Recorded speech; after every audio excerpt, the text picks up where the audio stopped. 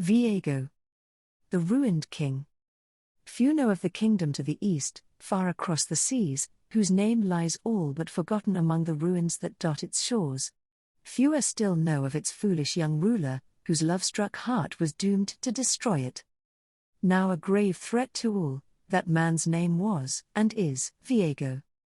The second son of a dynastic king, Viego was never intended to lead. Instead, he lived a life of comfort that made him complacent and selfish.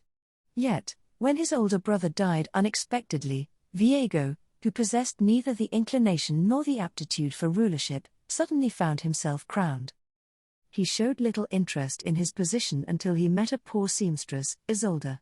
So taken was he by her beauty that the young king offered her his hand in marriage, and thus, one of the most powerful rulers of the age was wed to a peasant girl.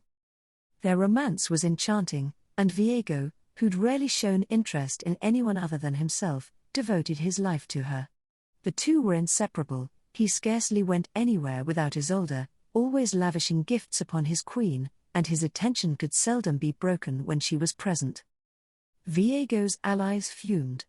Unable to interest him in governance, and with the nation beginning to unravel under his questionable rulership, some plotted in secret to end their new king's reign before it had begun. His nation's enemies, meanwhile, saw an opportunity to strike. And the vipers began to circle. Thus did an assassin's poisoned dagger one day come for Viego.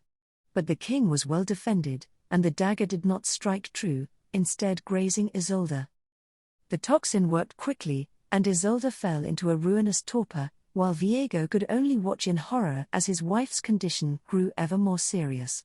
Overwhelmed with fury and despair, he spent every last coin within his coffers trying to save her. But it was all for naught. Isolde perished in her bed, and Viego was consumed by madness. His search for an antidote became desperate, crazed. Unable to accept his wife's death, every treasure of the kingdom, every scrap of wealth, was sacrificed to his quest to return her to him.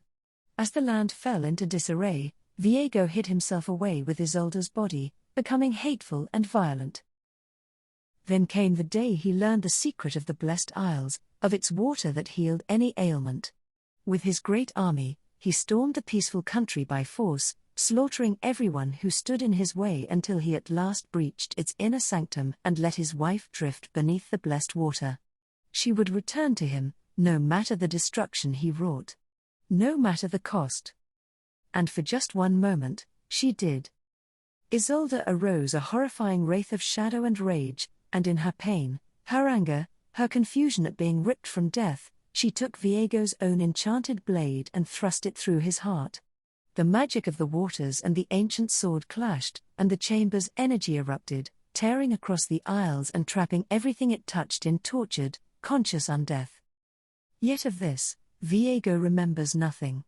His country collapsed into ruin, great nations rose and fell, and in time, even his name was forgotten. Until, 1,000 years after his death, Viego stood once more. And this time, he would not fail. His mind twisted by the same dangerous obsession he possessed in life, Viego's unflinching, deranged love fuels his every action, his every desire, his every atrocity. The deadly black mist pours freely from Viego's broken heart, ripping the life from everything it touches, and he uses the mist to scour the world for some way to return Isolde to his side.